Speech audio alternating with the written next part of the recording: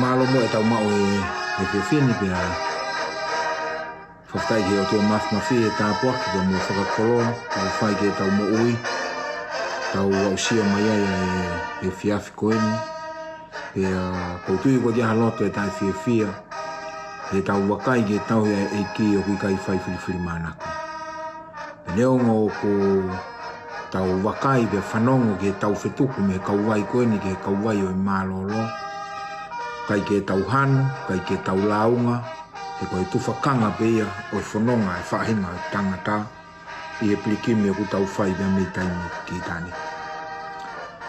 Kore peke u whangatu e ngahi tala whakatapu ko toa peku o whawa whake atu pe mehe ngalu o pe. Kai tā mōko e whainga maari o e fiafi koeni, ke o atu e tau polo kalama ako wholofola anga maheni, o tau wanga maheni hono whakahoko he pule lulu. Ka i he whiawhini ko ngawe ake he whiawhitu a pule lulu. Ko i hui ko e whakangata pia mo e ngahi mauanga keresi e nau tātā puni. Ko iai ku whakahoko e whakau Samson Lolo ai aho mōni te, kau Sem Lea e aho tūsi te. Hau mai tandaigi President Malolo whakau sa sokalani, ma sonka kalamuala he pule lulu.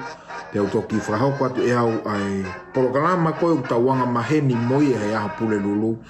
E whakahoko atu e whiawhitu o pule lulu ko tau te kamata atu he wikeni. Kai o rewa ko tau whoki ki he rewolo koe. O ku whakangofua i ke tau whoki koe ki he lotu. Pea ko ulau ko tāpoa ki mo oni ke te au ai whainga maari o e whiawhi koe ni. Ke hoko atu e tau porokalama ako wholofola. Ko e kaweinga whoki nā tau wako mai ai, nā tau wako whelawei mo e ofa ai o tua. E nā tau osiwakai tau tolu ki he ofa ai o tua, pe mo e o tua ko e ofa, mo e totonu koe ke whakahoata a e tau whakawhengai i he mamani aki ai ofa. Nā tau hoko e wike hono wā, pe nā tana no ai o whekau aki mo e natula whai whakamore ai o tua i he ene ofa. E wike kua osi na tau talanoa he wike kua osi pe koe wike ia hono tolu o whikau aki pe amhono natula whai whakamo ui i he ene ofa. E wike ni te wako ai he whorofora o whikau aki pe amo e whakamo ui ai otua pe amo ene ofa akuta e totongi.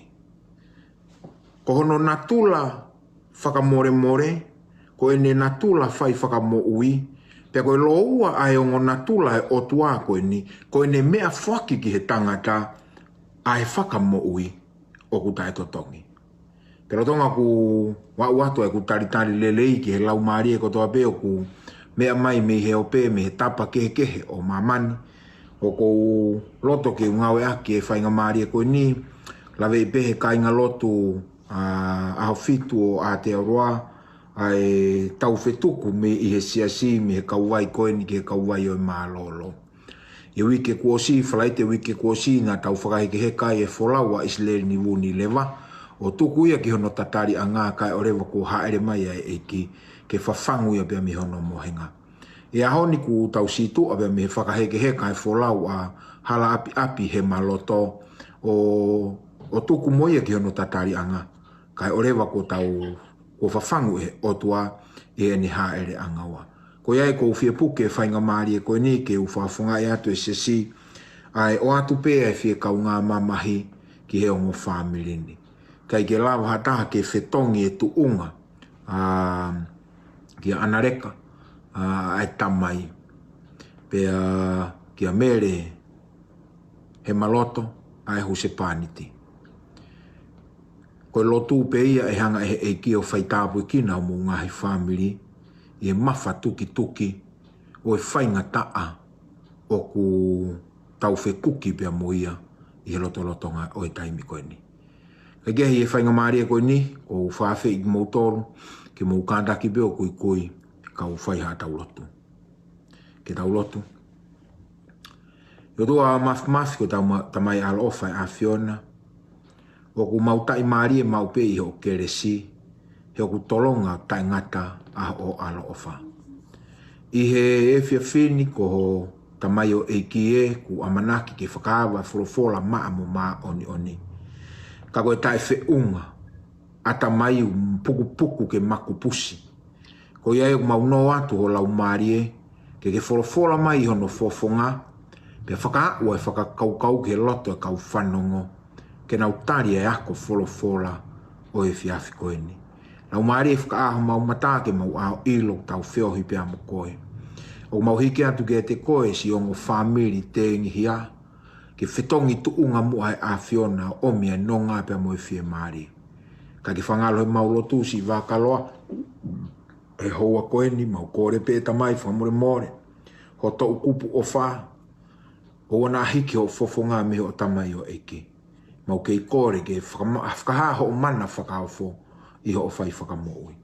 Ege mau no atu o lau maari e, ke hino ia ki mau tolu whakatatau bea moe tāke kina e wholofola maa mo maoni oni. Kawai pehe te mau whie maari e kotoa ia klaisi koe alo, kako mau whakamoui. Amen. Koe tala whakatapu e ko se no a whaki pea o kore ke u whakamarumalu atu peai. Ka ungau e to ake whainga maari o e whiawhi koe ni ke o mai e tau poro kalama ako wholofola anga maheni o ko o atu mau pe i he o pe. Pea hange ko mena kulawe kia i he kamatanga ko e kaweinga o e whiawhini o ku pehe.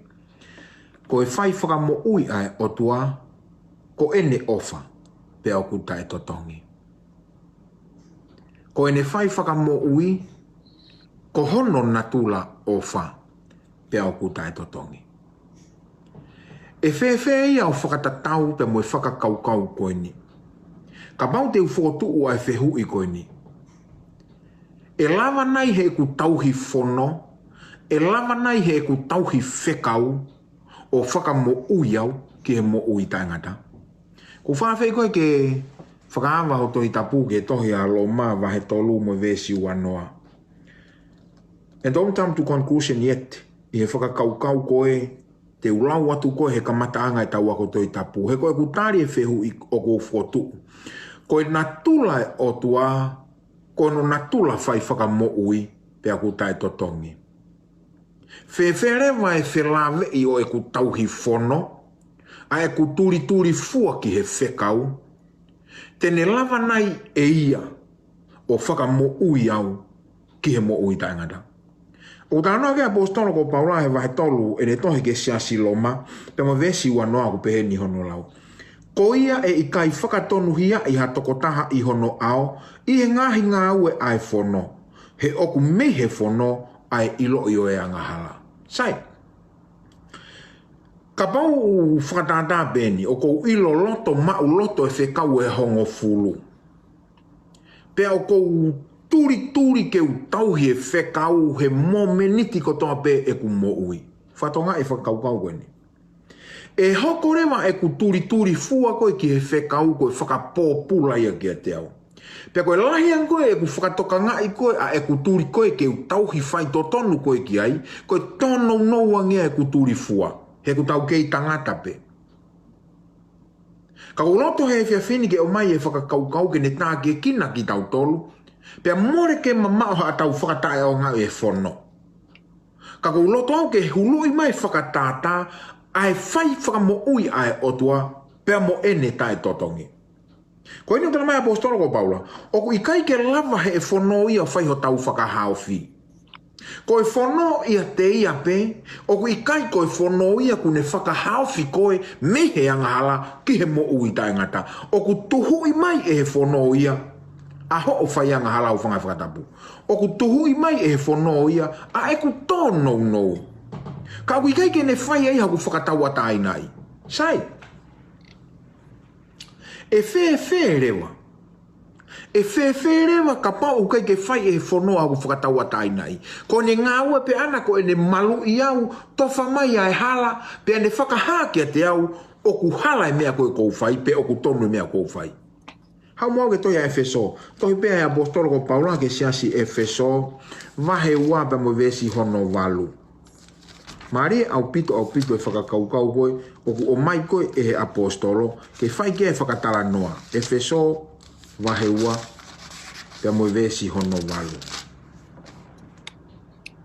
He oku mo ui i he ofa pe i he tui. Pea oku i kaimea teki moutoluia, ka koe whaki ai otua. Sai, na kutalata na ke o te ha o rewa te tau whakatao ngā e whono, o kake whakatao ngā e whono. O kui kai koe whono ne whai ho tau whakahao whi. Koe ne utala mai, o ku tau mo ui I he ofa mo e tui. Peko whakatatau koe ai ua koe ni, ofa mo e tui, o ni harewa whalu te whakakaukau koe ni, ko ho tau whakamoui I he tau ofa ki a kalaisi, e hiki ki ai a e tau tui, peko kalaisi rewa kune whai e tau whakamoui. He oku mo ui I he ofa, pia I he tui. Pea oku I kai mea te ki mou toluia, ka koe whaki ofa ai otua. O ko sa ia au pito e whakakaukau koe. O ku I kai koe, he koe ne mahino pia ku I kai koe au, he koe ni. O ku lawi kai vesi hiwa. O ku I kai he ngahi ngā aue, te ria nā pore ai hatangata. Ka pau koe whakamoui ai otua ku whai o whakatatau ki he ngā aue, e iai pe whahinga e lava, iai whahinga e kai ke lava ia. He koe whahinga ku iwi o ku nima mālohi, koe whahinga ku nima vai. O koe whainga ku tokanga, koe whainga ku tae tokanga. Ka kutara mai whakapatonu pe e wholofola ia. O ku tau mo ui I he ofa pea mo e tui. Uruaki ofa mai a he otua, he nai ofa pe otua ki mamani o whake no alotofu pe tāna e whakatopu, ko I uhi koia kotoa pe tui kia te ia, ke oua na auha ka ne mai mo ui tangata. Ko tau mo ui a ngāia, ko tau mo ui a ngā ke whakawhena pasi. A ene whoaki, pe ko ene ofa mo e tau tui. Uke e lawe kea kaunanga a siasi Ellen G. White o pehe. Koe o whape koe keresi ai otua, koe nima tai malama ke sio kia e tangatao e otua. Pea koe tui, ko tau nima tai malama ke tau wakai ki ai. Ka koe tau tui mo e keresi ai otua, tena lava ke na whetaulaki pea e whai ai ho tau whakamoui. Mare, au pito. Ai omi ai whakakaukau, pia whakamahino mai lewa kia te au I he whia whini. Tā ko hoku whakamoui, o kui kai whakawhalalaia I he whono, o kui kai whakawhalalaia I he siasi, o ku whakawhalala ata ia, I he eku tui ki he eiko sisu kalaisi. Ka pau te uto e whotua te whakakau au e te mahino ai. Tā ko hoku whakamoui, o kai whakawhalalaia ki maulotu. Amen. O ku kake whakawhalalai he ri lahi he misinare. O kake whakawhalalai he ku whai totonu he ku wahe hongo fulu. I kai. Ko ku whakamoui o ku whakawhalala pe ia he ofa ma atape ai tamai. Pe mo e ala hake o ku nima he tui ke whetaulaki pe mo ene keresi pe a te tofuhia rewa he keresi ko ia. Pe ko tui au e hoi whanongo e whia whini, ka pau koe whakakaukau re waia. Tā o kuhiai e to tonu ai taha kotoa pe he lalola a koe ni, ke whakamo uia e he otua. O whanongo mai bekai. O kuhiai e to tonu ai taha kotoa pe, kua whakatupu ke mamani koe ni, pe kua whanau ime ke mamani koe ni, ke ne mau e whai whakamo uia e otua. Kai kia he totoni ha taha ke tō me whai whakamoui ai otua. He ka mau te u tō au me ne whai whakamoui, ko e whiri tau a tāina beia a aku. Wakai mai keni, o kui kai ke totongi, o kui kai ke whakatau. He ure koti be he tohe a bostoro ko Paula, ki he siasi loma, wahe o no pa mo vesi ua tolu, o beheni. Ko e totongi o yanga hala koe mate, ka koe mo ui tainga tā koe whaki o whaia ai o tua ia kalaisi sisu. Amen. Koe hinga koe ke totongi. He koe totongi ia koe mea ku pau e ke mau. You deserve. Koe mea o ku deserve ia koe. Koe mea o ku pau. Ka pau te whaia ngā ue koe totongin. Ka pau te whaia ngā ue koe stuku pā koe totongi koe pāngai taha walu he houa. O siangi koe houa e walu koe aho. I am bound to be paid. O ku iai e totonu a aku ke totongi au. I he ku ngā ue koe ia. Ka koe ni utara mai. Ko e totongi ia ko ia o ku whai ia ki e tau whai a ngala. Aia ko totongi a ngala e koe mate, ka koe mo ui ta ngata, ai ko ku mga tuunga e tau wako wholofola i he whiawhini, koe whoaki ofa ata ape ia a eki. O whanonga pau ke mea mai moha kaunga mea I api pe mo kaunga whanonga I ho motiva isi. Ko roto peke talange tō taha mo whanonga o kui ho to tonu ke usia mo I tangata. He ku tai to tongi. O ku tai to tongi ia e ho ek whanonga. Whanonga mai, ko eni ai tu unga te ke mauai te mauai e mo ui tangata. I taka sione wahe tolu ma vesta no vesi I loa. He nai ofa pehea o tuaki mamani o ne whaki o no alo tof petaha nai whakatupu. Ko ia kotoa pehe tui kia te ia ke oua nā auha kane mau e mo I tangata. Sai, ai o mai he whakakaukau koe hoa ni ka pau koe mo ui koe whaka mo ui ai o tuaku tai totongi. Neongo e ne tai totongi I he konga koe ai o tuaku tai totongi. Koe konga koe atau tolu kondisinia. Manatu he tuaki koe ai whakatau mea lere. Tuaki mai maari e lava peo no o atu kapaku kovi ho kretiti koe ke toe tari koe a finance e lava pe finance a mau tolu. Pe koe hea pia whainga te mau lava ko au peo ko pure ke ku finance te ulava o ate pese ti mau lalo. Pe alo atu e tuaki mo e fu tuaki maari e. Pe whakamui mano koe tuaki pa he maia. O kui ai peho no ngahi makatu unga. Whanau mai. Koe makatu unga koe o e whakamo ui ahe o tua. O ku taha pe mea koe moau. Neongo e ne tai totongi. Kau ku tala mai. Whakapatonu mai e sione mai tolu vesta ono. Ko ia e tui. Aia koe makatu unga koe ke tau mau e whaki ofa koe ni. Kua pau pe ke tau tui. Mea pao pe hoi whanongo I he via fini. O ku tolahi o tau kakai he mamani koe ni. O ku te pe mea whaki ai e ki. Ka o ku I kai ke te whir tui ki ta ki ai. Pea I he ene pe he I kai ke te au sia I ki ta ai whai whakamo ui ai o tua. Ia o ku tai to tongi. It is for free. But the condition for you and I is to believe. O ku amanaki mai e kia ko tue koe konga whai ngofua tahai ni koe I he mo ui ta ngata. Ai tui. Koe konga whai ngata ai ko si whai ai si su. Tara mai nane Filipe he ne taua taina ke ne pekea he kolosi o fua ai totonge anga hala mai whahinga ai tangata. Koe uhi ke tuia perikani. O ne tari e whai whakamo ui ai e ki he oku tai totongi. O igai ke lau matakari ai whai whakamo ui ai o tua. O igai ke lau lanu. Pako lope ke ai mahino atu via fini. O igai ke lau siasi ai whai whakamo ui ai o tua. O ku lau tui. Ko ia e tui. E I kai auha kane mau ai mo ui tai ngata. Amen.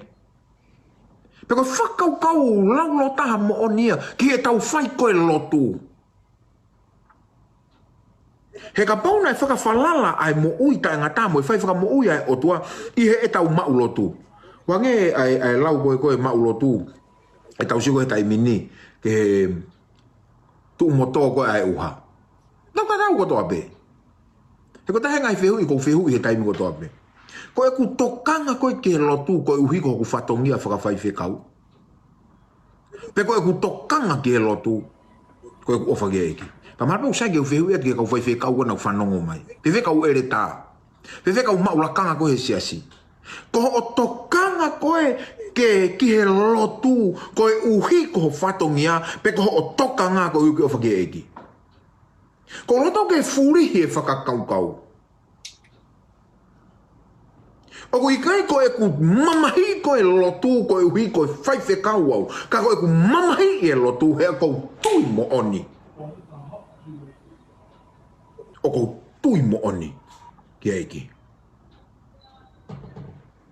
O kai ko e ku hau pe aku ia te au hoku whiri tawataina ki apsiasi ti koni o ngahi matalai a kau, tō matalai a kau. Tiko nesi mo whakama au whanga whakatapu apsiasi, ko uhi ko whiri au ke tiko nesi mo tiko ni e tauni. Ka u totonu ke hoko ia, ko e whakaha o e te ofa. Ko e te ofa ia ki he otua. Hapa mo ke te ngawe. Ngawe vai taha ono vesi wahiwa mo tau noa. Ko mea maria ne talange Paula ki he mosailosi ki he sela ko e pirisone. Talange ko peko tuunga mo oni pe ni o whakamoui. Wa mo whanau peke ntai totongi. Ngawe vai taha ono vesi wahiwa mo tau noa. Pene no lau. Pena e toki ui e ia ke omiha mama, pea oho ia ki loto, pea hau tete o whakatoa ma pee i he aho o Paula Mosailosi. O ne omi aki nawa ki tua, o ne pehe ongo eiki, ko e hā te uwhai ke u mo ui ai. Ka pau koe tu unga e ku tau i ai. Peka pau ko ke whehu i he hoani. Peka ho toki whanongo eni ke whai whakamo ui ai eiki a ku tae totongi. Pea ke whehui. I loto pe ia koe. Ko loto ke utari ato e whehui koe ni.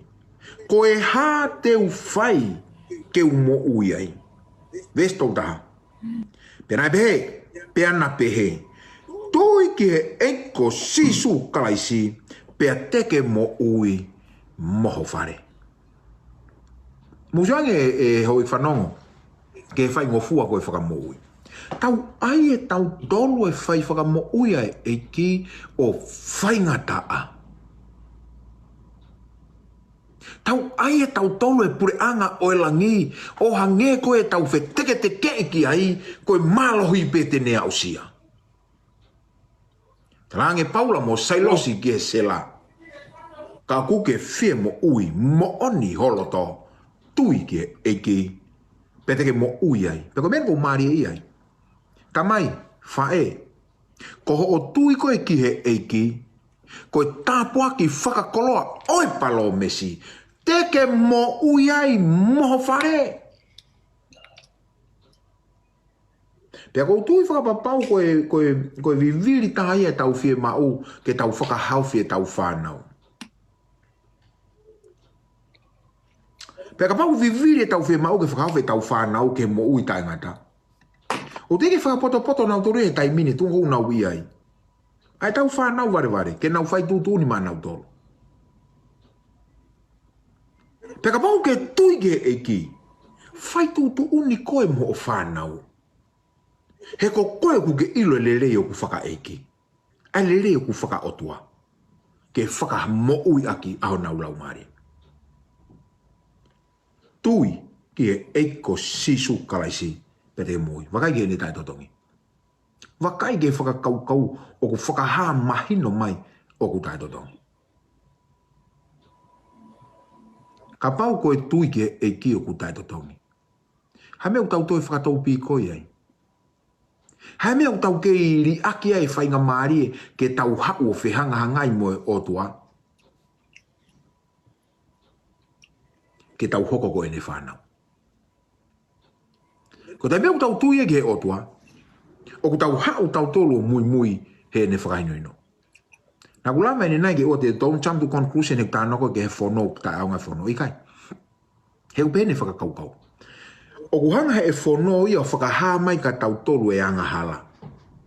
Peko uhinga ku tau hi e whono he koe tau whakakaukau i he tau taimbo o tau hi e koe whono te tau hao ai me anga hala. Kako eni? Koe taimbo ke tui e koe ke a sisu kalaisi, te ke tukuange rewa e koe a sisu ke whai tūtu unea i ho o mo ui. Peko taimi koe whai tūtu unea sisu i ho o mo ui, te ke mo ui whakasisu koe. He koe mo ui whakasisu e ulunganga whakakalaisi e fisiki tua e ne whai whaka mo ui i he tau mo ui, te tau mo ui rewa tatoru i he whono. Kai ki tau toi tau i tatoru e whono ko turi fua ki whai o tau whaka mo ui i kai. Tau mo ui tau tolu i he whono he kua whai e tau whaka mo ui. Hoko rewa e whono ko tau ulunganga pe ia o tau tolu. He ko tau tui beki he ki ka ke tau toi kai haa. Ko tau tui beki he ki ka ke tau toi mau sapate. Ko tau tui beki he ki he ke tau toi tau ia o tua heua. He kua tau ulunganga whaka sisu. ko te mamahe pe me eki pe hoko e tono no whaka ko o whanonga anga o mo ui ni. Na ulama ni nai whakakau ko tai ko te hawe ke eki ku lau ki tau tolu ko ne whanau. Toi ko sione wahe uruaki pe mo vesta hawa. Sione uruaki vesta hawa. O bene no lau. Ka ko ia ko toa pēna e mauia, nā ne whaki kia teki nau tolu ai monu ia ke hoko ko e whanau ai otua kia teki nau tolu pē nā e tui ki hono huawha. Tarange tō taha ko ta whaki kau ki hanga ke, tui a mua. Tui a mua ka e hoko ko e whanau ai e ki. Tau tui a mua ki e whai whakamo ui ai otua mo e ne tai totongi kai lau ki tau tolu ko e ne whanau. Whai ngo fua. Whai ngo fua. Ko e tau tui pē ki e ki ko lau ki tau tolu e he otua ko e ne whanau. Sai pa ko e process lewa ne tui. So ko tu ungan ko e whakaha ko e tau tui. Ngā ue wahe ua, ves tolu fitu, tolu walu, mo ngā ue wahe tolu, ves tahiwa. Tau lau lau tātape. O te mō fua au tau me osi. Ngā ue, wahe ua. Vesi tolu fitu mo tolu walu. Pēni ono lau. Pia e nau whanongo eni nai mumuhu hona uloto, pia na nau pehe kia pita, mono toe e kau apostolo, ai kau tangata mo i ka inga, koe hate mau whai, pia toki pehe e pita kia teki nau tolu, whakato mala, pia mou taki taha papitaiso, i he wafao sisu kalaisi, ke whaka more ai ai anga hala, pia te mou mau mo e whaki o e laumari e maa oni. Soko tuien. Soko tuien. Ko taime ko ku te tui ai, te whakato mala. Ka wate whiu menga te au, whakau koe hae whakato mala. Koe whakato mala ni hoi whanongo. Ko ho o li aki whaka au furi. Ai wanu mo e kovio mo ui, o kuke mo ui ai. Ko ho o tafoki o situa. Mehe mo ui anga hala koe, o kuke mo ui ai. Koe whakato mala. Koe matu aki hiki mo oni. Koe matu aki mawahe mo oni. O sio tabe. Kia si sukalasi. Vai tolu, mo vesta haiwa. Koia ke mo whakatomala pea liliu, ke whakamore ai ho mo wangahala, koe uhi ke hoko mai ai ngahi aho oi whakamo ui, mehe ao oi eiki. Tau whakatomala. Tau hiki. Tamai tō taha, te awe whakau whainga taa moani ke tala noa e whakato mala. O tangi, iyo, whainga taa. Heu te kei ke tau whakangofua si su ke whai tūtu uni he tau moui. Siko ne whakahae ne tau whakato mala. Ko tau ulunganga maheni, e li liu pe ia e he eki, he taimi o tau whakato malai. Anu tamai te o laksione, vete ho mou wangahala. Ki he otua, he oku mo oni mo anga tonu ia, ke ne whakamore aki mo tonu. O kui keiko koe te ke whai ho liriu, o kui keiko au ia te whai hoku liriu, i kai. Ko hoku liriu koe ku whakatau atai na iau, kai whai e kia a hoku liriu. Whai mai tō taka te au, whakau koe hameo ku ke i kai ke fōi e he malanga. Ai kau whai whekau. Malanga whaivangeri o, kai kia papi. Kai kia whakau kau koe ke hela ia, ke whoi, kutong ke pāhia tai paptai sopeam. I kai. O kai ke malanga au ia ke paptai so. Kung malanga au ia ke whakato mala. he koe preanga o tua, mai ka kai o whakatomala. Ta koe ni, ko o whakatomala pe, te ke whiri koe ke mui sipinga nai tae sisu. Ta mai toa sione vai o no mo vese on fulmafa, vai on fulmafa mo vese o no. Ko au koe hala mo oni pia mo ui, hei kai mamata taha ke preanga o langi, tai fu mai teo. Kai mamata taha ke tamai, tai fu mai teo. I kai iau, ia sisu Christ. Koe whakatomala ai. Koe whakatomala ai. Hau mo, tau me o se tau ako furufola koe i he e whiawhini. Toi be tau e se ua. He pelu, vahe valu, mo i ve sta ua. He pelu, vahe valu, e sta ua.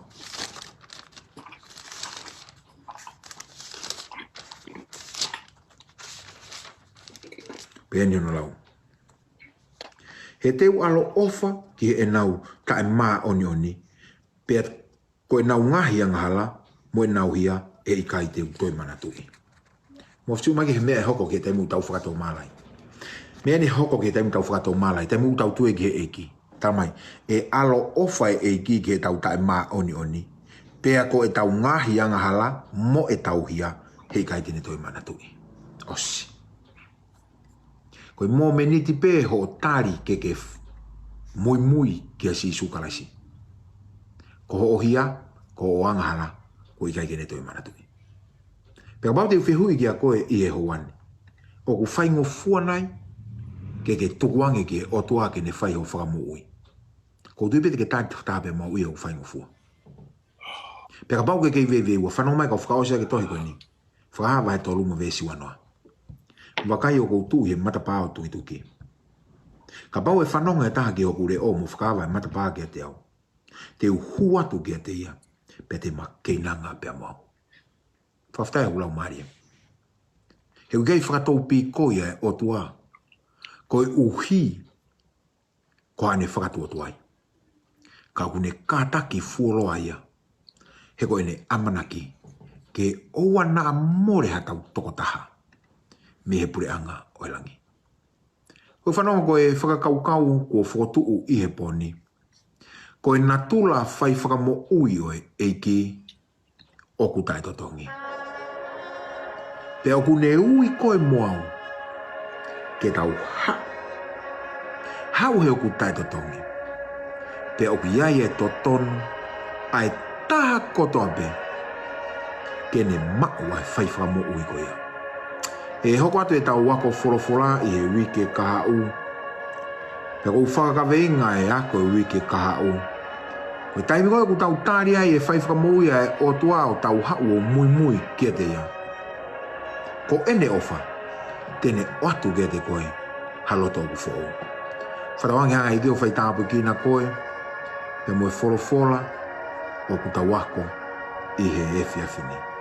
Ko ofalahi atu kia te ki moutolu, pea tau whelo tua aki pē, koe ui koe whainga taa, o ku whekita mo tau māmani. O ke tau lotu ko o whātu ki o kutua whine me Australia, whakaolawa inga, o whātu ki a koe, whātu ki a Senpai ki Amerika, o whātu ki a teki moutolu kotoa pē, whana, taione, sinia, o whātu, mālo mua e kei tauhi ai o tua ku whai ke tau mo ui, o kei whakakakato ai ho tau ngahi whatongia. Tu be tau whelo tua ake o hui koe whainga ta, o ku whakamāmani lahi o tau to whangai. Atu whaafke mo kui kau whaosi. I tua mafi. Mau haha o ke mau kei nanga me o wholofola mo ui. Ka ku mau lotu ho lau maari e ke whakatotoka ia. Ke whakaau he awhiona, ai tae au he mau ako. Kai malama ke mau mui whaito tono ke o whakahinoino. Mau kei lotua tau whitong be ke a te koe ngai kaweinga ku mau hoko lotua. Kau mai lau maari e maani oni ke a te ki mau tolu. Mau ngahi whamiri he tapa ke he o universi koe ni. Malu i pia ke tauhi me ngahi whainga ta. Tau te whito ke maaki whakaauha. O ku lo me kina aki ho mau mamani. O ku mau kei whalala pe o ku sādai pe a sādai. Pe te ke whiunga noa pe mo mau vai. Mau moi atu ke te koe ngahi kaweinga lotu ke orita whi lau. Hoko kokonga insenisi nam kakala. O pātoro aki pe mau mātā tau whiwa. Ai whai me alawa e awhiona. Whakamana morea mua mau ngahi tō nou. Tau tutu kua pe amo koe. Mai e malolo ku whenua he pō ku malu aki mai. Ia klaisi koe alo kako mau whakamu ui. Emeni. Tu beke u toi puke pe whainga maari e koe ni ke u o atu e whakamalo no to hounga mo oni ke te ki mo tolo. Mo kei tuku taimi ka mo tautou ahia mai ai tau pesi a ako folo fola i he lotonga e wike. Whamanatu i atu pe whakatonga e taimi ono e fiafi moni te, e fiafi tūsi te, e fiafi pulelulu, mo e fiafi tua pulelulu. O tau whitongi atua e kau whaifikau mei a te aroa i he ako i o e folo fola. Kaku ke whainga maari e mea mai ke tau kaunga kei nanga he folo fola mo ui. Ai otua. Ko ia ngai ne tau fotutu e tau porokalama, tau te fito ki he kainga lotu siasi a fitu tonga o a te aurua, e tau porokalama ki he wiki e ni koe ni. E o atu e se mlea, e tau kamata sāpate i he fiafia pongpongi i he hokotonu ai ono. Ko e tau lauto he whakasāpate, ko e tau porokalama laivi, e kamata e tau porokalama laivi, mo lauto he whakasāpate e whanau, whaufu e taimi hiwa e kamata e tau porokalama laivi, i he pongpongi sāpate. Hoko te tono e hongo fulu e o atu ai a e tau wako re soni. Ako re soni e o atu laivi e tau wako re soni. Pea e whakauko e tangata ki Palestine Malolo, ko e whaifkau sau te o kalani, whaifkau sion kakala moala, a e tau malanga he aho sāpate koe ni. Ko e tau whakaosi sāpate, e o atu e whaifkau Samson Lolo, e whakaosi sāpate koe ni. Pea toki hoko pehe ato e pe tau ngai porokama. Whakatonga i ange, aki moutolu koe, ku mui koe, i he na mui mai, i he ku porokalama malanga whaka evangeli o hala whanonga o tau mamani. Whakatonga i ange, ku ki tuu taimi, o kurotonga hiki ngai malanga e taimini, pea musiaosi, ke whakasiesio ha taimi, ke toki tuku atu ai, ai toe ngau i porokalama. O toe whai porokalama e ono, o se whai porokalama e valu, o toe whai porokalama e tātaha. Toi fu programa e ono, pea kakato e porokalama. O e tau porokalama hala whanonga o e mamani. O whalaheto ki motoru kotoa pe, pea whatawang ke hanga i kio whaitapukina ki motoru, tau i lelei, no mou i tokanga hange koe lau koe paremia nusilani, i he tau i koe ai coronavirus be kind to one another. Ka kite, mou pouria, malo apito.